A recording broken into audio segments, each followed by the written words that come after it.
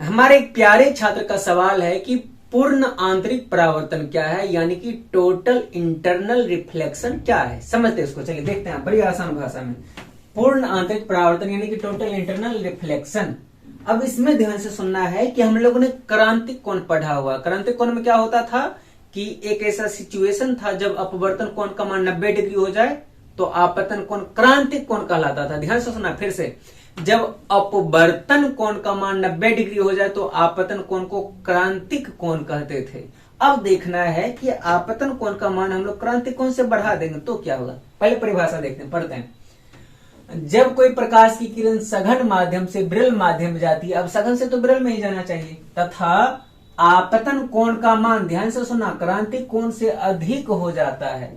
यानी कि प्रकाश की किरण कहाँ जा रही है, ये सघन माध्यम से विरल माध्यम में जा रही है। यहाँ आपको पिक्चर में दिख रहा होगा।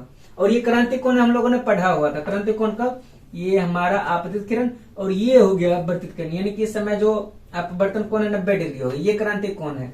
ये अभी सॉरी ये समकोण है 90 डिग्री, और ये है हमारा क्रांतिक कोण।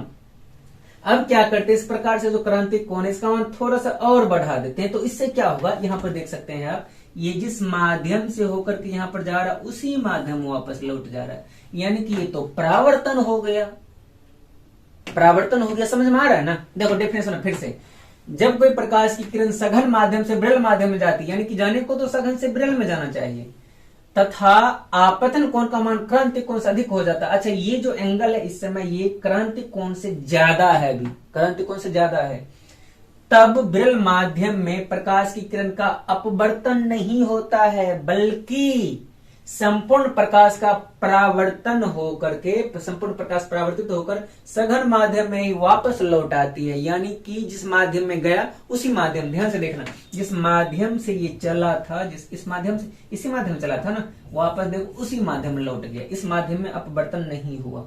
इसी घटना को कहते हैं पूर्णांतिक परावर्तन। और पूर्णांतिक परावर्तन का 2 शर्त होते हैं टोटल। पूर्णांतिक परावर्तन के 2 शर्त होते हैं। पहला, प्रकाश जो है वो सघन माध्यम से विरल माध्यम की ओर जाना चाहिए। क्रांतिक कोण का भी ये पहला शर्त था।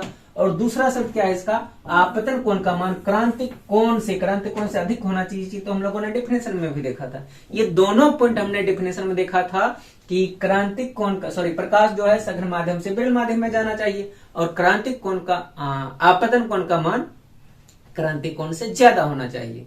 तो दोनों का जल्दी जल्दी स्क्रीनशॉट कर लेना है, फिर हम लोग नेक्स्ट सवाल पे चलेंगे। ये पहला स्क्रीनशॉट करना है, फिर और ये वाला।